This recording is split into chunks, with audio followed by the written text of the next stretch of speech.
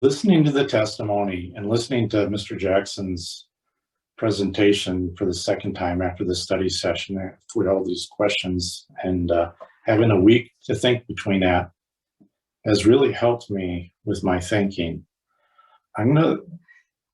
There are some really good things in here. There are some things that I think are going to have negative effects that we're going to find out. And I'm struggling on which way I'm voting on this because of those perceived negative effects. Now I'm going to just kind of share what's going on in my brain. First of all, when this was first presented, I was confusing with the missing middle class with missing middle housing. And let me explain that. I firmly believe in America, the greatest way to reach the middle class is by owning your home. That historically has been the situation. I know things are changing with millennials, but then when they hit around 30, in general, they start thinking about putting down roots and buying a home. And historically, price appreciation on their homes, it's your greatest individual investment for most people. So I was confusing this with getting to people so they can buy their own house, so they can stop the rent cycle. You see where I'm getting at? That to me is super important, but it's also important to increase housing stock. So I get that. And theoretically, this would increase housing stock, but I'm not so sure in the right spaces. And I'll explain that in a second. But let me talk about the path to home ownership, if you will. If our goal, if anyone else thought this is our goal, I don't believe this hits the mark for that.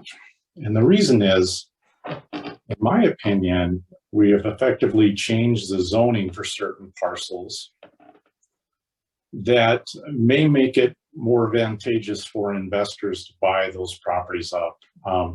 If you look at Mr. Jackson's slide, if you looked at the colored areas where he says these duplexes and townhomes are going to most likely take place, I would venture that 70% of that is in District 7.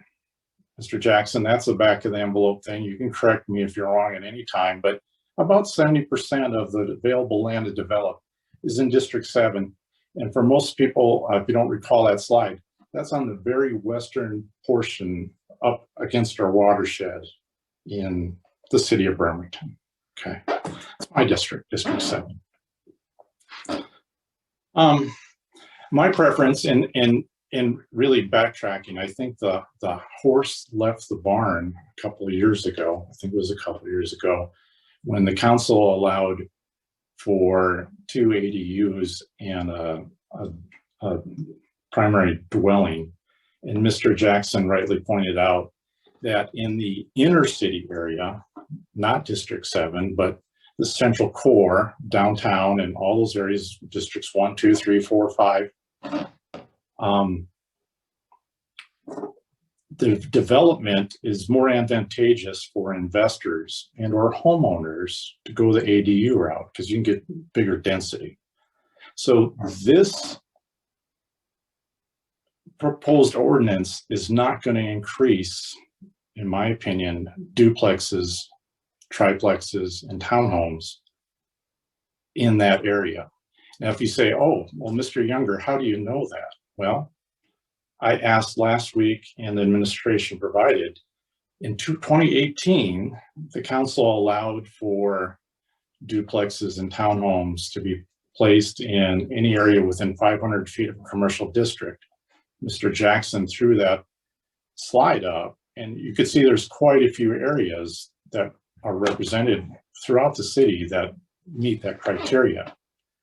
Well, since 2018, we've had a grand total of 1 duplex being built.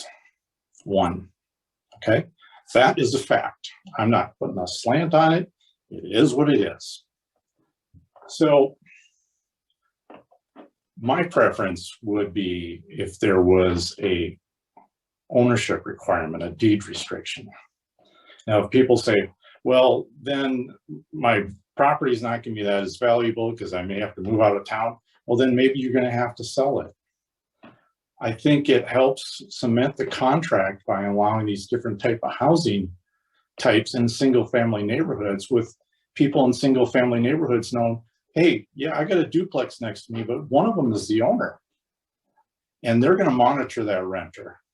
And we're going to help build community. Same with the clusters.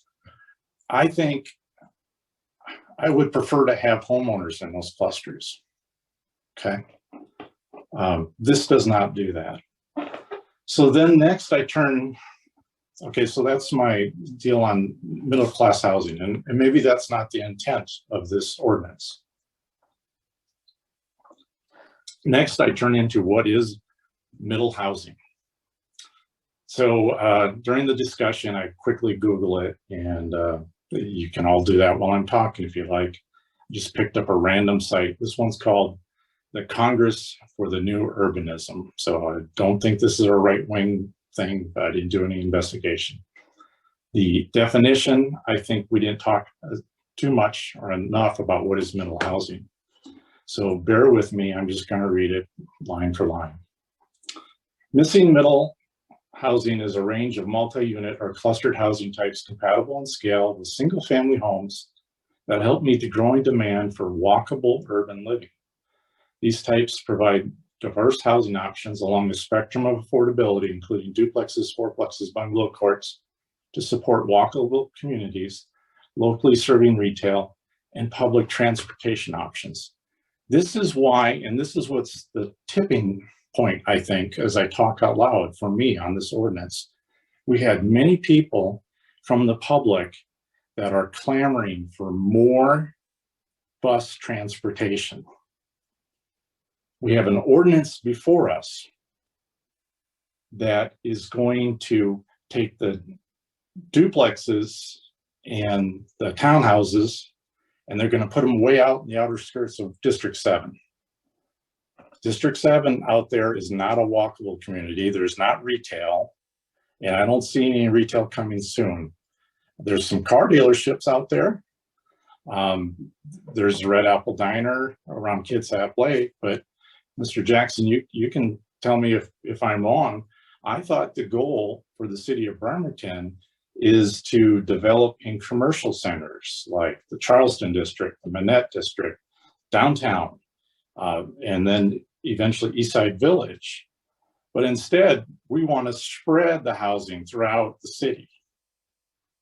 And all these people are calling in tonight and asking for better bus service. Well, if I'm Kitsap Transit, I'm going to say, I want to have the numbers to support that bus service, okay? We've got 2 members on the board. I'm sure they're saying we want more bus service. I don't doubt that. But Kitsap Transit represents all of Kitsap County, and they have to be objective, and they got to look at the numbers. Well, if this takes into hold and is actually successful, we're going to increase our growth out to District 7, and that's going to hurt possibly the desired growth in our inner core. I could be wrong, but I think that's what's going to happen. I think the intent's in the right place, but yeah, unless someone else wants to speak up, I'll reserve until I actually vote.